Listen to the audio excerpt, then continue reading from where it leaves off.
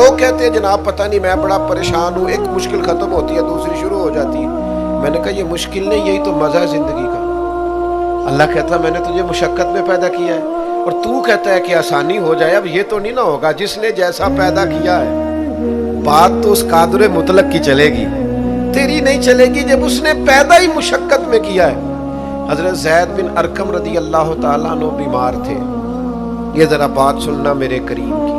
اللہ کے پیارے حبیب علیہ السلام تیمارداری کے لیے تشریف لے گئے تو حضور سید عالم علیہ السلام نے جا کر جناب زید بن ارقم کی طبیعت کو دیکھا تو کمزوری تھی اور وہ پریشان بھی تھے۔ تو حضور علیہ السلام کو اللہ تعالیٰ نے غیب کے خزانوں کی کنجیاں عطا فرمائی ہیں۔ قریب مسکرا کے فرمانے لگے زید اس بیماری سے پریشان نہ ہو، اس سے تو آپ نے ٹھیک ہو جانا ہے۔ اس روایت پر خاص غور کرنا کیا کہہ رہا ہوں۔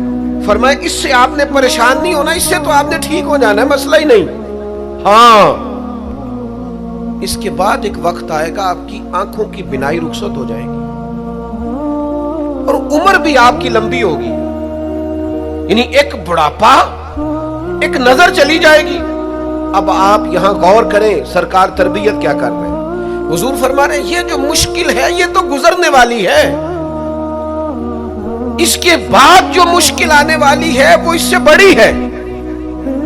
فرمایا زید اس کے بعد آپ کی بینائی چلی جائے گی اور عمر بھی لمبی ہوگی، تو بتائیے اس وقت کیا کریں گے۔ تو حضرت زید بن ارقم رضی اللہ تعالیٰ عنہ عرض کرنے لگے یا رسول اللہ میں اللہ کی رضا پر ثواب کی نیت سے صبر کروں گا۔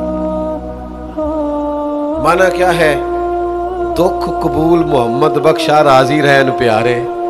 ٹھیک ہے اگر بینائی جائے گی اور بڑھاپا آئے گا تو قبول کریں گے، رب کی رضا کے لیے ثواب کی نیت سے صبر کریں گے۔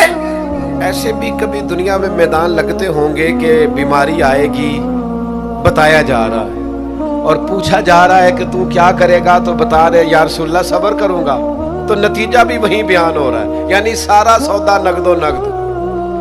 اسی وقت ہتھیلی پہ سرسوں جم رہی ہے۔ حضور نے فرمایا کیا کرو گے؟ یا رسول اللہ صبر کروں گا اللہ کی رضا کے لیے ثواب کی نیت سے۔ تو حضور فرمانے لگے اگر تو صبر کرے گا تو پھر نتیجہ سن، اللہ تجھ سے حساب نہیں لے گا، بغیر حساب ہی جنت عطا کر دے گا۔ وہ میرے بھائی ایک مشکل سے آپ گزر گئے، اب آپ کو اگلی مشکل کے لیے تیار رہنا ہے۔ ذہن بناؤ یار، طبیعت بناؤ، آگے بڑھنا ہے، مشقت کرنی ہے، نیند تھوڑی کم لینی ہے، زبان کے ذائقے مزے کے کھانے تھوڑے کم کرنے۔ ہم نے اپنی مرضی سے وہ لیٹے ہیں، وہ آرام کر رہے ہیں، اس سے تھوڑا اٹھ کر سوچنا۔ امام علی مقام کا پیغام یہ ہے کہ تو بڑا تب بنے گا جب تیری زندگی محنت والی، کوشش والی، جد و جہد والی ہوگی۔ اور پھر اس کے بعد کیا کرنا ہے؟ ایک کوشش کرنی ہے۔ اس کے بعد اگلا کام یہ ہے کہ جہاں رب رکھے نا وہاں رہنا بھی ہے، اس کی رضا پہ۔ جب آپ مسلمان ہوتے ہیں نا، کلمہ پڑھتے ہیں تو ہم اعلان کرتے ہیں آج کے بعد فیصلے میرے نہیں چلیں گے، فیصلے اللہ کے چلیں گے۔ لیکن پریشانی پتہ کب ہوتی ہے؟ جب ہم فیصلہ اپنی مرضی کا مانگتے ہیں۔ وہ بھائی جب تو مالک کا غلام ہے، بندہ ہے، تو پھر دکھ کس چیز کا نام ہے؟ کسی درویش نے کہا تھا دکھ اس چیز کا نام ہے کہ اللہ کی مرضی اور ہے اور تیرا ارادہ اور ہے۔ تو کہتا ہے بات اس طرح بنے جس طرح میں چاہتا ہوں، اور رب کہتا ہے نہیں میں نے فیصلہ کر لیا ہے۔ پھر تو دکھی ہوتا ہے، سکھی بھلا کون ہوتا ہے؟ جو رب کر دے وہ کہے بالکل ٹھیک ہے، وہ کہے بالکل۔ اور قرآن مجید نے اسے بیان کیا رضی اللہ عنہم ورضوا عنہ۔